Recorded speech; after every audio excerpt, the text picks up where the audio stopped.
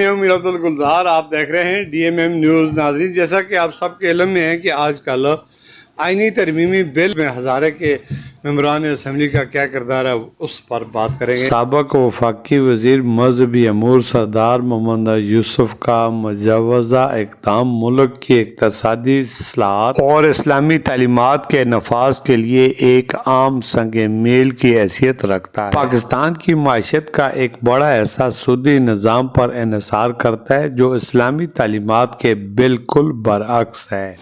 سود جیسے اسلام میں واضح طور پر حرام قرار دیا گیا ہے اور نہ صرف روحانی نقصان کا باعث بنتا ہے بلکہ اس سے معاشرتی اقتصادی ناہمواریاں بھی پیدا ہوتی ہیں۔ سردار محمد یوسف کی یہ تجویز ایک ایسی کوشش ہے جو ملک کو سود سے پاک معاشی نظام کی طرف لے جائے گی جو ایک دیرینہ خواب اور عوام کی دلی خواہش رہی ہے۔ میں امیر عبدالگلزار اور آپ دیکھ رہے ہیں ڈی ایم ایم نیوز۔ اس ترمیم کی سب سے بڑی خصوصیت یہ ہے کہ اس میں جس حد تک ممکن ہو جیسے مباح الفاظ کو نکال کر جلد از جلد جیسے واضح اور قطعی الفاظ استعمال کیے۔ یہ الفاظ نہ صرف سود کے خاتمے کے حوالے سے ایک واضح سمت کا تعین کرتے ہیں بلکہ اس بات کو بھی یقینی بناتے ہیں کہ یہ عمل غیر معینہ مدت تک ملتوی نہ کیا جا سکے۔ سردار محمد یوسف کا یہ موقف سود کے خلاف خاتمے کو لازمی طور پر 1 جنوری 2028 تک مکمل کیا جائے در حقیقت ایک ایسا قدم ہے جو اسلامی نظام معیشت کی بنیاد رکھنے میں اہم کردار ادا کرے گا۔ موجودہ آئینی ویژن میں جس حد تک ممکن ہو کہ اصلاحات سود کے خاتمے کے عزم کو کمزور کرتی ہے کیونکہ اس کے تحت ایک واضح نہیں تھا کہ سودی نظام کو مکمل طور پر کب اور کیسے ختم کیا جائے۔ اس ابہام کی وجہ سے یہ خدشہ تھا کہ سود کے خاتمے کا معاملہ عملی طور پر نظر انداز کر دیا جائے گا جبکہ اسلامی جمہوریہ پاکستان کی بنیاد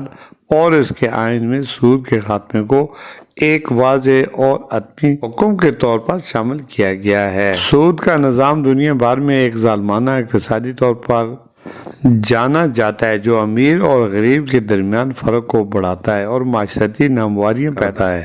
سود کے خاتمے سے نہ صرف اسلامی احکامات کی پیروی ہوگی بلکہ معاشرتی انصاف اور اقتصادی قیام میں بھی مدد ملے گی۔ اسلامی معیشت کا بنیادی اصول یہ ہے کہ دولت کی منصفانہ تقسیم ہو اور اقتصادی استحصال کا کوئی عنصر شامل نہ ہو۔ سود کا خاتمہ اس اصول کی جانب قدم ہے جو معیشت کو زیادہ منصفانہ اور مستحکم بنیادوں پر استوار کرے گا۔ سردار یوسف کی جانب سے دی گئی یہ ترمیم بات کی غمازی کرتی ہے کہ وہ سود کے مسئلے کو حل کرنے میں اور وہ چاہتے ہیں کہ پاکستان کی معیشت اسلامی اصولوں کے مطابق ڈال سکے۔ اس اقدام کے ذریعے ایک مضبوط پیغام دیا جا رہا ہے۔ اسلامی تعلیمات پر ہم ایک ایسے معاشرے کی تشکیل دے سکتے ہیں جہاں دولت کا ارتکاز چند ہاتھوں میں نہ ہو اور غریب طبقہ معاشرتی ناانصافیوں کا شکار۔ سردار یوسف کی اس جرأتمندانہ کاوش کو بھرپور سراہتے ہوئے وہ سود جیسے پیچیدہ اور حساس مسئلے کو حل کرنے کے لیے عملی اقدامات اٹھا رہے ہیں۔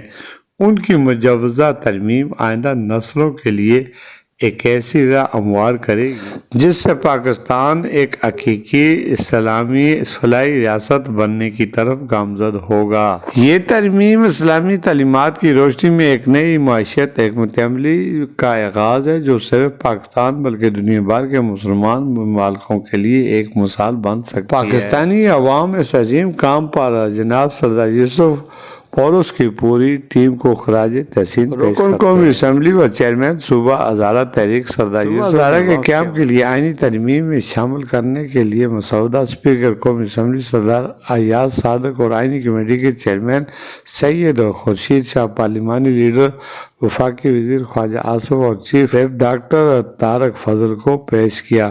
اس وقت میں شامل سید جنید شاہ، سردار یوسف، سردار سید غلام اور سید سجاد قمر شامل تھے۔